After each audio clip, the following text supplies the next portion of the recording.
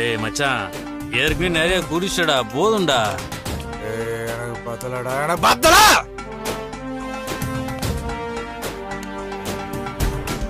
இந்த விதியாவை நினைச்சு மண்டை வெடிக்கிற மாதிரி இருக்குடா.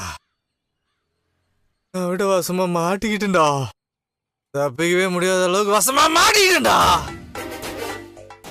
ஏய், குடி போதில மாறி மாறி பேசிட்டு இருக்க மச்சான். அன்னைக்கு என்னமா அவ ரிலேஷன்ஷிப்பை ஈஸியா கட் பண்ணிடுவோன்னு சொன்னேன், அவளால ஒன்றும் பண்ண முடியாதுன்னு சொன்னேன்.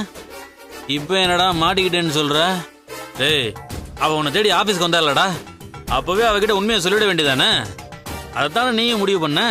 அப்புறம் என் தப்பிச்சு ஓடி வந்த? ஏய், அன்னைக்கு ஏதோ ஒரு வேகத்துல பேசிட்டேன்டா. ஆனா உண்மையை சொல்லணும்னா எனக்கு நானே ஆப்பு வச்சுக்கிற மாதிரி ஆயிடுமேன்னு யோசிச்சதுக்கு அப்புறம் தான்டா புரிஞ்சுது. எனக்கு கல்யாணம் ஆயிடுச்சுன்னு சொன்னா சும்மா விட்டுருவாளா? ஏன்னா என் பொண்டாடிக்கிட்ட வந்து ஏதாவது பிரச்சனை பண்ணுவான். அவ்வளோதான். வித்யா கூட பாடிட்டு இருக்கிற விஷயம் கோமதிக்கு ரஞ்சிதாவுக்கும் தெரிஞ்சிடும். அதே ஆதாரமாக வச்சு கோமதி என்ன டைவர்ஸ் பண்றாடா. கோமதிக்கு எனக்கு டைவர்ஸ் ஆயிடுச்சுன்னா அவளுக்கு எனக்கு வரவே இல்லாம போயிருண்டா. அதுக்கப்புறம் நான் அப்புறம் என் ரஞ்சிமாவை டார்கெட் பண்றது. மொத்தமா எனக்கும் ரஞ்சிதாக்கும் டச்சே இல்லாம போயிட்டா. ஐயோ, அதெல்லாம் நான் யோசிச்சு பார்த்தா உண்மையை சொல்ல. அதெல்லாம் சரி மச்சான், இன்னும் எத்தனை நாள் தான் வித்யா கண்ணில் மாட்டாம ஓடிக்கிட்டே இருப்ப? அதான் தெரியலடா. கோயில நான் ஸ்ட்ராங்கா பேசினதுக்கு அப்புறம் அவன் என்ன டிஸ்டர்ப் பண்ண மாட்டான்னு நினைச்சேன்டா.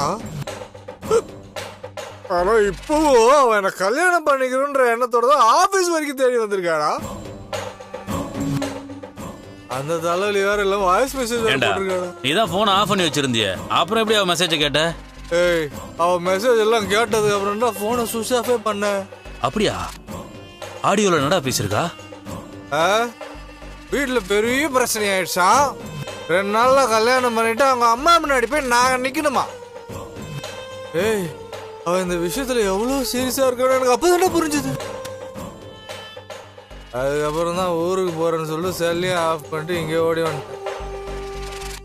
மச்சான், இப்ப செல்ல ஆன் பண்ணி பாருடா, லேட்டஸ்டா ஏதாவது மெசேஜ் வந்திருக்கான்னு பார்க்கலாம். ஆன் பண்ணும்போது அவன் கால் பண்ணிட்டானா என்னடா பண்றது?